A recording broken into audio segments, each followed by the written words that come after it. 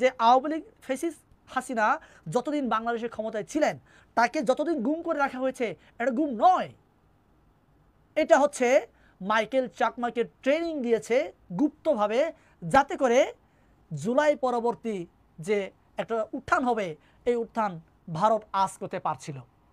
ভারত আজ করতে পেরে, যেহেতু জেএসএস এর সাথে ভালো সম্পর্ক যাচ্ছে না বাংলাদেশের মানুষের, তাই চিন্তা করলেন সন্তু লারমা যেহেতু মার্কেট পাচ্ছে না, ইউপিডিএফ এর কোনো এক নেতাকে দিয়ে মার্কেটে আনতে হবে এবং সেই ইউপিডিএফকে দিয়ে বাংলাদেশে আবার গভীর চক্রান্ত তৈরি করতে হবে, ফাঁদ পাততে হবে।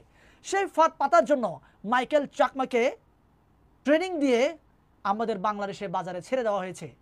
যে মাইকেল চাকমা আজকে টিভি টকশো করে বেড়ায়, সেই মাইকেল চাকমা অবৈধ অস্ত্র নিয়ে ঘুরে বেড়াচ্ছে।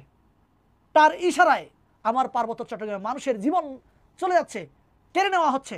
সেই মাইকেল চাকমা আজকে কেন প্রকাশ্যে ঘুরে বেড়াচ্ছে?